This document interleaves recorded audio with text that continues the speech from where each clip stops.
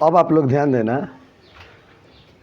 निषेचन पश्च घटना के बारे में आप लोगों को पढ़ना है कि निषेचन के पश्चात क्या होता है। इस पार्ट 7 में हम जो है कि हम लोग देखेंगे अब कि निषेचन पश्च घटना का अर्थ क्या होता है। निषेचन के पश्चात जो है कि क्या होता है कि जो बीजांड होता है, बीजांड वह परिपक्व होकर के बीज में बदल जाता है। किस में बदल जाता है? बीज में। किस में बदल जाता है? और जो अंडाशय का फल होता है, अंडाशय होता है, वह किस में परिवर्तित हो जाता है? फल में। किस में परिवर्तित हो जाता है? फल में। अंडाशय किस में परिवर्तित हो जाता है? फल में। किस में परिवर्तित हो जाता है? फल में। और जो अंडाशय की दीवारें थी, जो अंडाशय की भित्तियाँ थी, वह किस में परिवर्तित हो जाती हैं? छिलका में। छिलका, छिलका। अरे आम खाते हो छिलका फेंक देते हो, केला खाते हो छिलका फेंक देते हो, समझ रहे हैं ना? तो वैसे ही जो अंडाशय की भित्तियाँ किस में परिवर्तित हो जाती हैं? दीवारें। बीजांड किस में परिवर्तित होता है? बीज में। अंडाशय किस में परिवर्तित होता है? फल में। और जो तुम्हारा, अगर हम बात करें आप लोगों का, तो यहाँ पर नोटिस करना आप लोग कि जो अंडाशय की भित्तियाँ होती हैं वो किस में परिवर्तित हो जाती हैं? छिलका में। समझ रहे हो ना? अब ध्यान देना, जैसे एक आम खा रहे हो तो उसका गुठली किससे बना होगा? बीजांड से। किससे बना है? आज जो तुम गुदवा खा रहे हो वह किससे बना है? अंडाशय से। आज जो छिलका फेंक देते हो, गाय को डाल देते हो, वह किससे बना है? अंडाशय की दीवारों से। किससे? अब कोई डाउट है? नहीं ना? अब ध्यान देखना, भ्रूण का विकास कैसे होता है। मान जाओ ऐसा ही भ्रूण था, ये त्रिसंलयन हो गया और ये युग्मनज बना लिया। अब उसके बाद होता क्या है? उसके बाद ये होता है कि ये जो युग्मनज है, समझ रहे ना, ये जो है कि समसूत्री विभाजन करेगा, 1 से 2, 2 से 4, बहुत ज़्यादा, बहुत तेज डिवाइड करेगा। समझ गए ना? और जब बहुत तेज डिवाइड करेगा तो यह जो हमारा भ्रूण है पहले बनाएगा प्राक भ्रूण। क्या बनाएगा? और प्राक भ्रूण के बाद जो है कि क्या बना देगा? गोलाकार भ्रूण। ये गोल भ्रूण दिख रहा है नीचे है। और गोल भ्रूण के बाद फिर किस में परिवर्तित हो जाएगा? हृदयकार भ्रूण। ये हृदय की तरह दिख रहा है, दिल की तरह, इससे हम लोग कहेंगे हृदयकार भ्रूण। किसके कहेंगे? और फिर अंततः यह जो है कि परिपक्व भ्रूण में परिवर्तित हो जाता है। किस में परिवर्तित हो जाता है? परिपक्व भ्रूण में परिवर्तित ये हो जाता है। समझे? तो भ्रूण का विकास कैसे हुआ? पहले जो है कि भ्रूण जो है कि प्राक भ्रूण था, फिर जो है कि गोल भ्रूण हुआ, फिर जो है कि क्या हुआ? हृदयकार भ्रूण होगा, फिर जो है कि क्या हो गया? परिपक्व भ्रूण हो गया। अब इसमें ये एक जो पार्ट देख रहे हो, इससे हम लोग कहेंगे प्रांकुर। क्या कहेंगे? अब प्रांकुर डेवलप्ड करके क्या बनाता है? तना। क्या बनाता है? एक है ये मूलांकुर। क्या है? तो मूलांकुर डेवलप्ड होकर के क्या बनाता है? जड़ बनाता है। क्या बनाता है? मूलांकुर। मूल का मतलब क्या होता है? जो नीचे है, जो मूल में है। तो मूलांकुर जो है कि डेवलप्ड होकर के क्या बनाता है? मूलांकुर बनाता है। और प्रांकुर जो है कि डेवलप्ड होकर के क्या बनाता है? क्या बनाता है? तना बनाता है। समझे? अब ध्यान देना, यहाँ पर आप लोग भ्रूणपोष जो है कि, अब यहाँ पर लिखना, इसे मिटा दें। अब ध्यान देना, साथ ही साथ लिखो। अब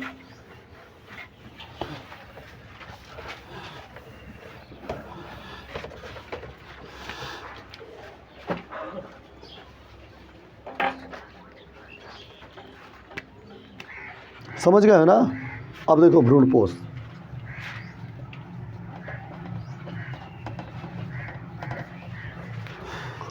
प्राथमिक भ्रूणपोष कोशिका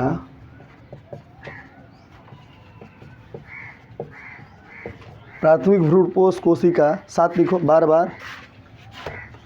प्राथमिक भ्रूणकोष कोशिका बार बार विभाजित होती है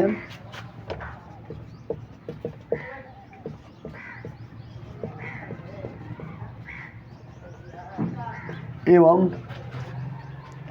त्रिगुणित 3 केंद्रक थे ना उसके अंदर, समझ रहे ना।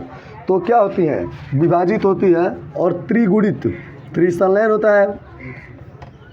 प्राथमिक भ्रूणपोष कोशिका तो जो है कि त्रिगुणित के बाद ही तो बनता है, त्रिसंलयन के बाद ही तो बनता है प्राथमिक भ्रूण कोशिका, PEN, प्राइमरी एंडोस्पर्म न्यूक्लियस। तो यही जो है कि प्राथमिक भ्रूणकोश कोशिका बार बार विभाजित होती है एवं क्या करती है, त्रिगुणित भ्रूणपोष ऊतक की रचना करते हैं। त्रिगुणित भ्रूणपोष ऊतक की रचना करते हैं।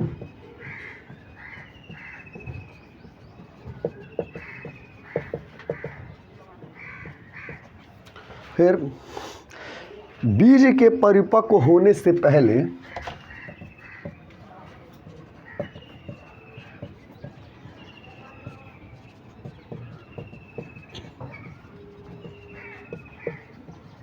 भ्रूणपोष पूरी तरह से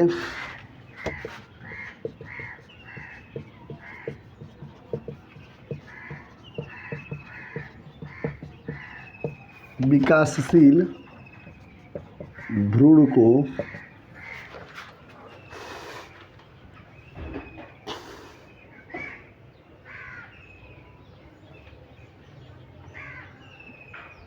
पोषण प्रदान करता रहता है।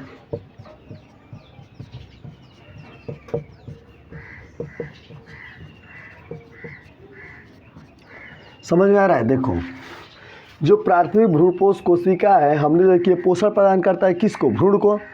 तो हमने आप लोगों को बताया था जो भ्रूण था वो पहले जो है कि क्या था, प्राक भ्रूण बना। प्राक भ्रूण के बाद क्या बना, गोलाकार भ्रूण। गोलाकार भ्रूण के बाद क्या बना, हृदयकार भ्रूण। हृदयकार भ्रूण के बाद क्या बना, परिपक्व भ्रूण बन रहा है ना। तो ये बताओ, ये जो भ्रूण विकसित हो रहा है, या आदमी जब विकसित होता है बच्चा, तो उसको न्यूट्रिशन की ज़रूरत होती है ना। अगर हम किसी बच्चे को न्यूट्रिशन दे, खैला भी नंबर नहीं जाएगा। तो उसी तरह से ये जो भ्रूण विकसित हो रहा है उसे न्यूट्रिशन की ज़रूरत है ना। तो प्राथमिक भ्रूणपोष कोशिका बार बार विभाजित होती है और त्रिगुणित भ्रूणपोष ऊतक की रचना करते हैं। और बीज के परिपक्व होने से पहले भ्रूणपोष जो है कि पूरी तरह से विकासशील भ्रूण को क्या करती है, पोषण प्रदान करता रहता है। समझे। थोड़ा आवाज़ में प्रॉब्लम है, पता नहीं क्यों सर्दी जुकाम हो गया है। अब भ्रूण देखो क्या, हाँ लिखने दो, लास्ट है, अब जल्दी करें, जाना है कोचिंग। पर युग्मनज प्राक भ्रूण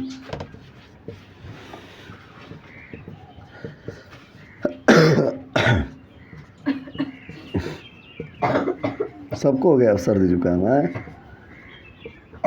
खरबूजे को देखकर खरबूजा रंग बदलता है, इससे पहले किसी को सर्दी जुकाम नहीं होता है। युग्मनज प्राक भ्रूण के रूप में वृद्धि करता है, समझे।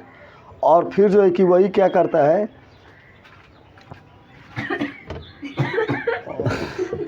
नौटंकी कर दोगे, समझी। गोलाकार, हृदयकार एवं परिपक्व भ्रूण का निर्माण करता है, समझे। वृद्धि हो जाता है, यही युग्मनज जो है कि प्राक भ्रूण के रूप में वृद्धि करता है। उसके बाद जो है कि गोलाकार, हृदयकार और अंततः जो है कि किस में परिवर्तित हो जाता है, परिपक्व भ्रूण में क्या हो जाता है, परिवर्तित हो जाता है, समझे। अब ध्यान देना,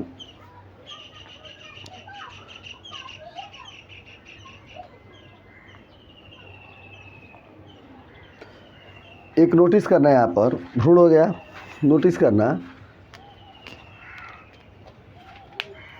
कि जो हमारा प्रांकुर होता है वहाँ से क्या निकलता है, तना। और मूलांकुर से क्या निकलता है? जड़ निकलता है। क्या निकलता है? जड़ निकलता है। अब जब ये परिपक्व भ्रूण का युग्मज बाद में जब बीज बन जाता है तो बीज जो है कि क्या होता है, ये बीज की एक होती है प्रसुप्ति अवस्था। क्या होती है? जब बीज जो है कि ग्रोइंग मीडियम में नहीं होता है, यानी बीज जो है कि इनएक्टिव स्टेज में होता है, सोए हुआ अवस्था में रहता है। जैसे चना है, तुम घर में रखे हो, क्या वो जम रहा है? नहीं। क्यों? लेकिन जम सकता है ना, उसे कंडीशन मिले तो वो क्या है? सोया हुआ अवस्था में है। तो जब बीज इनएक्टिव स्टेज में होता है, यानी कि सोया हुआ अवस्था में होता है, उसी अवस्था को हम लोग क्या कहते हैं? प्रसुप्त अवस्था कहते हैं। क्या कहते हैं? तो बीजों की प्रसुप्त अवस्था से आप लोग समझ गए। अब ध्यान देना, एक आप लोग का लास्ट टॉपिक है बीज। तो जो हमारा लैंगिक जनन है पौधों का, उनका अंतिम परिणाम क्या है? बीज। क्या है? ध्यान देना इधर।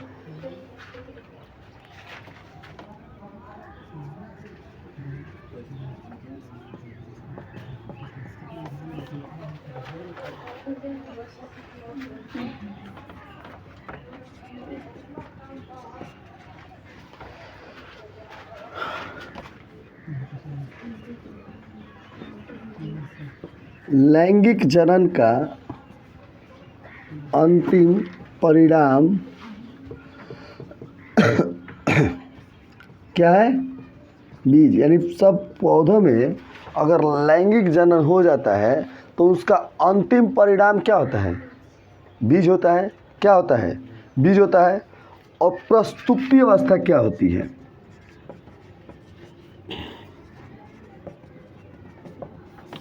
जो बीज की निष्क्रिय अवस्था होती है, यानी वो सक्रिय नहीं होता है, उसी अवस्था को हम लोग क्या कहते हैं? प्रसुप्त अवस्था। तो बीज की निष्क्रिय अवस्था को हम लोग क्या कहते हैं? प्रसुप्त अवस्था। क्या कहते हैं? अब देखो, एक होती है कि यह जो बीज की निष्क्रिय अवस्था है, समझ रहे ना, जब इसे हम लोग वायु, मिट्टी और सनलाइट के प्रेजेंस में अगर हम इसको एक कंडीशन दे दें तो क्या यह एक पुनः पौधों के रूप में ग्रो होने लगता है। तो जो वो वायु है वो बीजांड ये बीज द्वार के माध्यम से प्रवेश करता है, ऑक्सीजन, वाटर प्रवेश करता है, और फिर क्या करता है, जो बीज की इनएक्टिव स्टेज है, निष्क्रिय अवस्था है, उसको तोड़ करके उसे सक्रिय अवस्था में बदल देता है और बीज जो है कि एक नए प्लांट के रूप में ग्रो करने लगता है। तो जो बीज की प्रारंभिक विकास होता है, मिट्टी, जल, वायु एवं प्रकाश के माध्यम में, इसी प्रोसेस को हम लोग क्या कहते हैं? अंकुरण कहते हैं। क्या कहते हैं? अंकुरण कहते हैं। तो अंकुरण भी समझ गया, जर्मिनेशन ऑफ सीड। तो इस तरह से पौधा इस सीड के माध्यम से जनन कर रहा है कि नहीं कर रहा है, समझे। तो सीड को हम लोग कहते हैं reproductive unit of a plant. तो जनन का जो सबसे छोटा यूनिट है पौधों में, वह क्या है? बीज है। क्या है? बीज। और जो पौधों में लैंगिक जनन का जो अंतिम परिणाम होता है वह क्या होता है? बीज ही होता है। समझ गए ना। अब ध्यान देना, भ्रूणपोष समझ ही गए। अब जो है कि आप लोगों को बताना है कि वास्तविक फल क्या होते हैं, आभासी फल क्या होते हैं। समझ रहे ना। ये हो गया, मेरे साथ ही लिख रहे हो, ख़त्म कर देते हैं। ध्यान देना, लिखो जल्दी से, वास्तविक फल, आभासी फल। चूँकि आप लोग को लिखवाना है, नहीं तो केवल लेक्चर देना होता ना तो इतना नहीं सोचना होता। अब ये है तो नहीं कि PDF भेज देंगे, वो अभी सिस्टम हमारे यहाँ नहीं है। और हो आप लोग ऑफलाइन, ये तो ऑनलाइन है, बस क्लास बना दे रहे हैं। देखो, वास्तविक फल क्या होता है? वे फल जो केवल अंडाशय से विकसित हुए हैं, वे फल जो केवल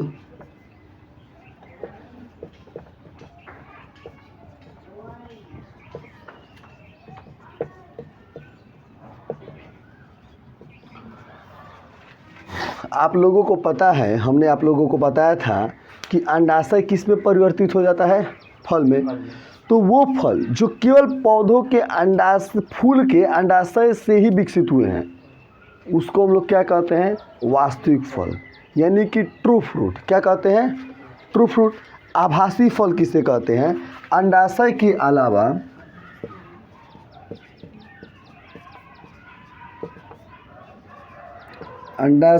अलावा जब पुष्प के अन्य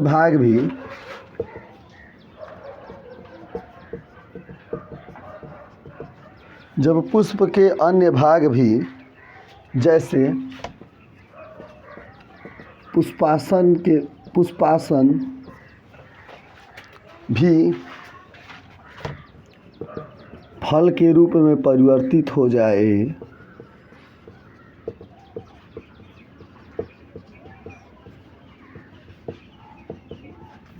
ऐसे फल को हम आभासी फल कहते हैं।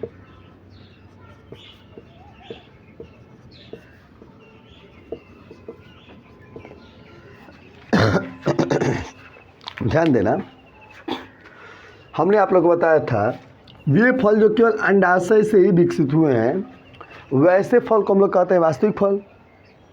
लेकिन अंडाशय के अलावा जब पुष्प का और अन्य भाग है ना, अंडाशय के अलावा पुष्प में तो और भी भाग है ना, जैसे पुष्पासन है, पुष्पासन बताए थे ना, हाँ, जिसमें पुष्प रहता है। जैसे फिर कैलिक्स हो गया तुम्हारा, समझ रहे ना, अरे बायदल दल पुष्प, अरे पुष्प के अंडाशय के अलावा पुष्प का और अन्य भाग भी फल के रूप में परिवर्तित हो जाता है, तो उसे जो है कि हम लोग क्या कहते हैं? आभासी फल। क्या कहते हैं? यानी वो जो फल बना है केवल अंडाशय से नहीं बना है, वो पुष्प के और भी भाग से मिल करके बना है। और इसका खूबसूरत एग्जाम्पल है तुम्हारा सेव।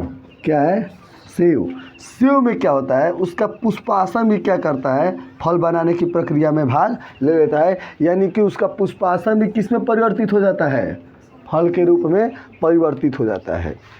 तो वास्तविक फल एवं आभासी फल के बारे में आप लोगों को पता हो गया, समझ गए ना। एक और टॉपिक है आप लोगों का, एक और टॉपिक है आप लोगों को पढ़ना है, बहुसंग जनन एवं बहुभ्रूणता। असंग जनन कौन सा टॉपिक है? असंग जनन। ध्यान देना, ये दो हमारे लास्ट टॉपिक हैं। असंग जनन। असंग जनन क्या होता है? ध्यान देना, बिना निषेचन के ही बीज पैदा करने की प्रक्रिया ही क्या कहलाती है? असंग जनन। मतलब क्या होता है? बिना। संग मतलब संग के, और जनन का मतलब पैदा करना। तो बिना संग के ही जनन पैदा हो जाए, बिना संग के ही किसी के पैदा कर दे, उसी को हम क्या कहते हैं? असंग जनन। समझ रहे ना, इसमें किसी के संग की जरूरत नहीं है। तो बिना निषेचन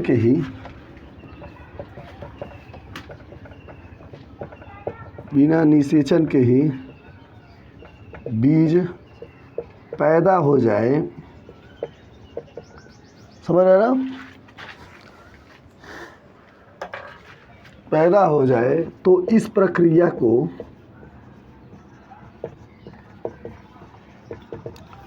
असंग जनन कहते हैं। क्या कहते हैं? असंग जनन। भूलोगे अब कभी? जनन मतलब पैदा करना, संग मतलब साथ में, मतलब बिना साथ के। तो बिना निषेचन के ही जब बीज पैदा हो जाए, तो इस प्रक्रिया को हम लोग क्या कहते हैं? क्या कहते हैं? अब देख लेना, बहुभ्रूणता। बहु मतलब क्या होता है? सास बहू नहीं, अरे असर है। बहु मतलब, अरे कहते हैं बहु ऐसे लिखाता है, सास बहू वाला है बड़ा वाला, समझे? सास पतोह ननद भौजाई, 3 गो रोटी के खाई। बताओ तो। एक हमारा दोस्त क्वेश्चन पूछा था, हम लोग छोटे थे तो 5 क्लास में पढ़ते थे, बहुत अपने आप को चढ़ाक बना और हमसे एक क्वेश्चन पूछा। सचिन एक क्वेश्चन बताओ उनका, सास पतोह ननद भौजाई, 3 गो रोटी के खाई। बता सकते हो? हाँ, 4 गो है ना, सासो है, पतोहो है, ननदो है, भौजाइयो है। 3 गो रोटी के खाई। ये भी बात है, शर्त क्या है कि न रोटी को तोड़ना है न मरोड़ना है, गोटा गोटा देना है, एकदम एक को एक एक मिले, ये नहीं कि तोड़ के दे दे। बिल्कुल रोटी का बाल बाका उसमें से एक चिवटी का दाना भर भी मिस नहीं होना चाहिए एकदम। 3 गो रोटी कैसे खाओगे, कैसे खिलाओगे? ननद भौजाई 3 गो रोटी के खाई। हाँ भौजाई पतो है, गई ना होती है। सही पकड़ लिया। देखो इसे कहते हैं दिमाग। अब बाकी लड़कियों के पास नहीं तो दिमाग के पैदल है। तो तुम लोगों को ये सोचना चाहिए, सोचो। और तुम लोग को जो है कि ये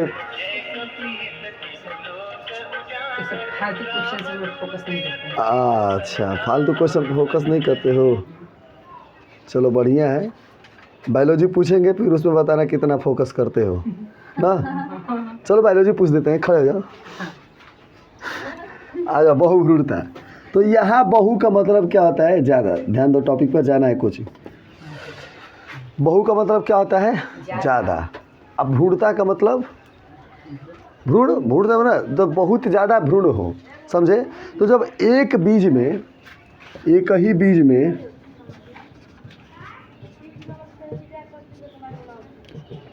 बीज में एक से अधिक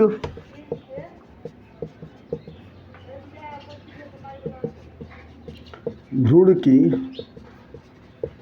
उपस्थिति हो तो उसे ही हम क्या कहते हैं? बहुभ्रूणता कहते हैं। क्या कहते हैं? यानी एक ही बीज में एक से अधिक भ्रूण हो उपस्थित, तो ऐसे को हम लोग क्या कहते हैं? बहुभ्रूणता का। बीज तो एक है लेकिन उनमें से एक से अधिक भ्रूण की उपस्थिति हो उसमें, तो ऐसे को हम लोग क्या कहते हैं? बहुभ्रूणता कहते हैं। तो इस तरह से अगर हम बात करें तो जितने भी बचे खुचे टॉपिक थे आज आप लोगों का ख़त्म हो गया। एग्जाम्पल, अरे एग्जाम्पल जो है कि जो नींबू के बहुत सारे मतलब कुछ ऐसे होते हैं, नींबू के बीज वगैरह वो हो जाते हैं इसके एग्जाम्पल। और इसके एग्जाम्पल असंग जनन के कुछ एरोस्ट्रिया, कौन सा है? एस्ट्रेसिया है कुछ, एस्ट्रेसिया एवं कुछ घास, इसके एग्जाम्पल है। और इसका एग्जाम्पल है कि नींबू की कुछ प्रजातियाँ होती हैं,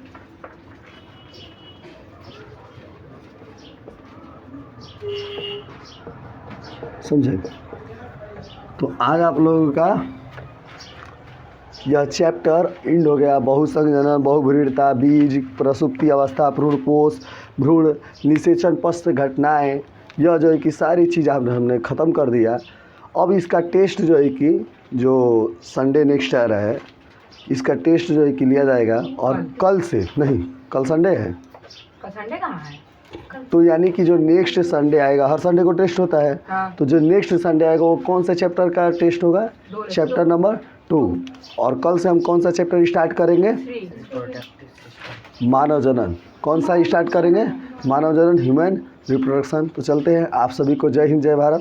मन लगा करके पढ़िए ताकि टेस्ट में अधिक से अधिक नंबर आए। 90% से अधिक आएगा टेस्ट में तो आप लोगों को जो है कि देखो वीडियो चल रहा है, वीडियो भी बोल रहे हैं, अगर 90% से आप लोगों का अधिक टेस्ट में नंबर आएगा तो आप लोग को जो है कि उचित इनाम दिया जाएगा। अब 50% से कम आया तो उचित दंड सहित फाइन लिया जाएगा, समझ रहे ना? तो मन लगा करके इस चैप्टर की तैयारी कीजिए ना। ओके, जय हिंद, जय भारत।